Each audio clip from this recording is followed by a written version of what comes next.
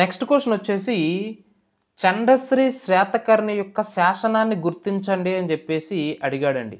చండశ్రీ శ్వేతకర్ణి యొక్క శాసనం. ఆప్షన్స్ వచ్చేసి ఆప్షన్ 1 కనిహేరి శాసనం, ఆప్షన్ 2 కొడవలి శాసనం, ఆప్షన్ 3 అమరావతి శాసనం, ఆప్షన్ 4 కార్లే శాసనము అని చెప్పేసి చెప్తా ఉన్నాం. సో చాలా చాలా ఇంపార్టెంట్ అయినటువంటి అంశం అండి. ఇందులో శాతవాహన రాజుల్లో ఒకానొక రాజు అయినటువంటి చండశ్రీ శాతకర్ణి ఇష్యూ చేసినటువంటి శాసనం ఏమిటంటే కొడవలి శాసనం అండి.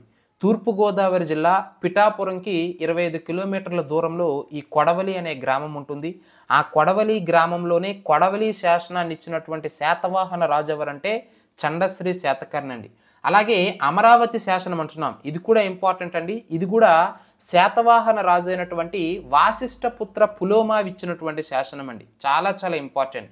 అదే మేకధోని శాసనం అంటే 3వ పులోమావి. సో ఇవన్నీ కూడా ఇంపార్టెంట్ అండి. మేకధోని శాసనం 3వ పులోమావి, వాసిష్ఠపుత్ర శాతకర్ణి అమరావతి శాసనం, కొడవలి శాసనం చండశ్రీ శాతకర్ణి అనే విషయాన్ని మీరు ఇక్కడ ప్రధానంగా గుర్తుంచుకోవాలి.